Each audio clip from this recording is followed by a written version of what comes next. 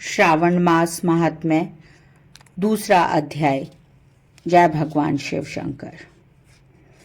शंकर भगवान सनत कुमार जी से बोले, हे महाभाग, हे ब्रह्मापुत्र, आप नम्र हैं। यही कारण है कि आप बड़े श्रद्धालु हैं, समस्त सद्गुणों से युक्त श्रोता हैं। हे अनग, आपने जो श्रावण मास के बारे में पूछा है तथा जो कुछ आपने नहीं भी पूछा है, मैं सहस्र आपसे कहता हूँ। शत्रुता रहित प्राणी तो प्रिय होता ही है और आप वैसे ही नम्र हैं। आपके पिता ब्रह्मा बहुत उदंड थे, अतः उनका 5वां सिर कट गया।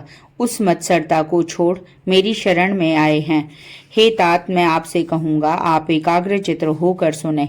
हे योगी श्रेष्ठ, श्रावण मास में नियम से रहकर मनुष्य सायंकाल 4 बजे भोजन करे,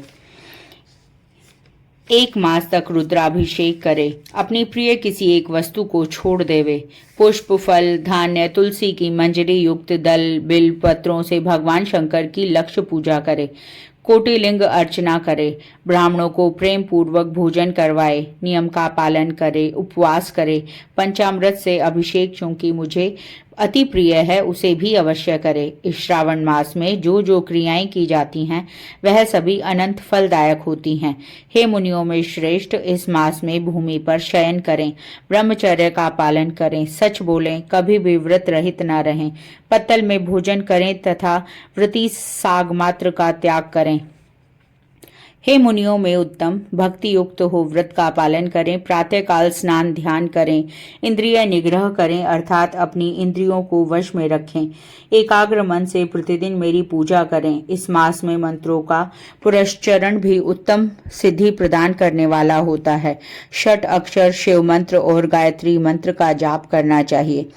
प्रदक्षिणा, नमस्कार तथा वेदों का पाठ करने से शीघ्र ही मनोवांछित फल की प्राप्ति होती है। पुरुष सूक्त जाप और भी अधिक फल प्रदायक होता है। गृह यज्ञ, कोटि होम, लक्ष्य होम तथा अयुत होम करने पर संग फल मिलता है और वांछित फल प्रदान करने वाला होता है। जो व्यक्ति इस मास में एक दिन भी व्रत से रहित व्यतीत करता है वह महाप्रलय तक घोर नरक में वास करता है। यह मास मुझे सर्वाधिक प्रिय है। यह मास फलदायक है तथा निष्काम भाव से किए गए कर्म के फल स्वरूप मोक्ष प्रदान करने वाला है। हे सत्तम, इस मास में करने योग्य जो धर्म कहे गए हैं उनको मुझसे सुनो। रविवार को सूर्य व्रत करें, सोमवार को मेरी पूजा कर भक्त भोजन करें। श्रावण मास के प्रथम सोमवार से प्रारंभ करके 3.5 मास तक होने वाला संपूर्ण कामना की अर्थ सिद्धि प्रदान रोटक नामक व्रत होता है। मंगलवार के दिन मंगला गौरी नामक व्रत होता है। बुधवार को बुध का व्रत, बृहस्पतिवार को बृहस्पति का व्रत और शुक्रवार को जीवंतिका देवी व्रत किया जाता है। शनिवार को हनुमान और नरसिंह का व्रत कहा गया है। हे मुनि श्रेष्ठ, अब मैं तिथियों में होने वाले व्रतों का वर्णन करता हूँ, आप ध्यान पूर्वक सुने। श्रावण मास के शुक्ल पक्ष की द्वितीया को औदुंबर नाम का व्रत होता है। इसी मास की शुक्ल पक्ष तृतीया को गौरी नामक व्रत किया जाता है तथा श्रावण शुक्ला चतुर्थी को दुर्वा गणपति नामक व्रत होता है। इसी को हे मुने विनायक चतुर्थी व्रत और गणेश चौथ व्रत के नाम से जाना जाता है। श्रावण शुक्ला पंचमी नाग पूजन के लिए उत्तम मानी गई है। हे मुनि कुलपति, इसका दूसरा नाम मानव कल्पादि है, ऐसा जान लो। षष्ठी के दिन सुपोदन नामक व्रत और सप्तमी को शीतला देवी का व्रत होता है। अष्टमी और चतुर्दशी तिथि में देवी का पवित्रारोपण करें। श्रावण मास की कृष्ण और शुक्ल पक्ष की नवमी को नक्त व्रत का विधान कहा गया है। शुक्ल पक्ष दशमी को आशा नामक व्रत किया जाता है। कोई कोई मनुष्य इस मास की दोनों पक्ष की एकादशियों का आशा व्रत का होना स्वीकार करते हैं। श्रावण शुक्ल पक्ष की द्वादशी को भगवान हरि का पवित्रारोपण कहा गया है। अतः द्वादशी को भगवान हरि का श्रीधर नाम से अर्चन उत्तम गति को प्राप्त कराता है। श्रावण शुक्ल पक्ष पूर्णिमा को उत्सर्जन, उपाकर्म, सभादीप, रक्षाबंधन, श्रावणी कर्म, सर्प बलि और हयग्रीव जयंती होती है। हयग्रीव नाम का भगवान विष्णु का अवतार माना जाता है। ये 7 काम श्रावण शुक्ल पूर्णिमा को किए जाते हैं। श्रावण मास की कृष्ण चतुर्थी को संकट चतुर्थी व्रत और श्रावण मास की कृष्ण पंचमी को मानव कल्पादि किया जाता है।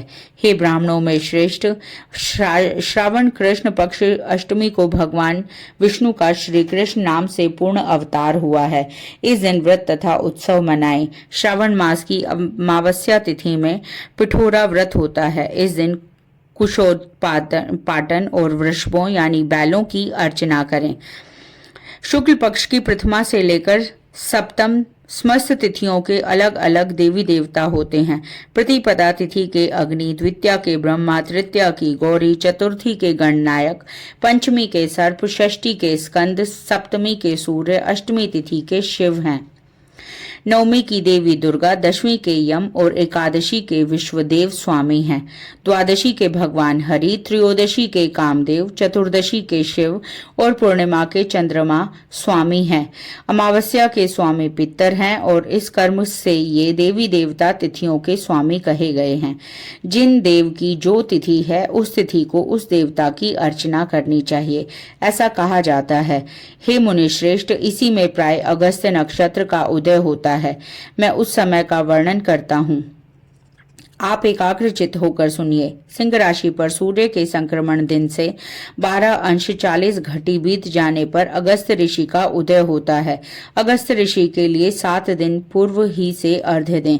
12 मास में सूर्य नारायण अलग अलग नाम से तपते रहते हैं। श्रावण मास में गभस्ती नाम से तपते हैं। सूर्य भगवान का पूजन इस मास में भक्ति से तत्पर ही करना चाहिए।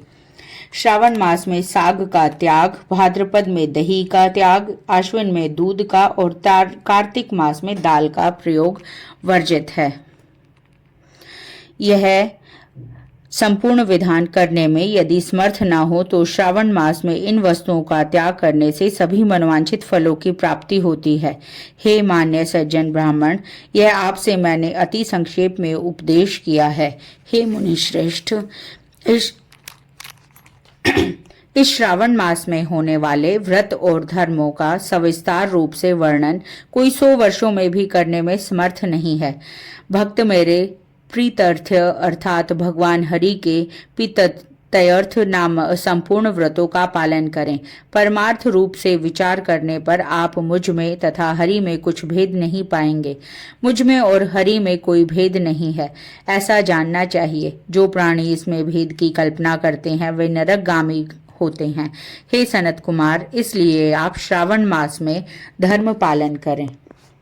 इति श्री 2 अध्याय श्रावण महात्म्य। जय शिव शंभु।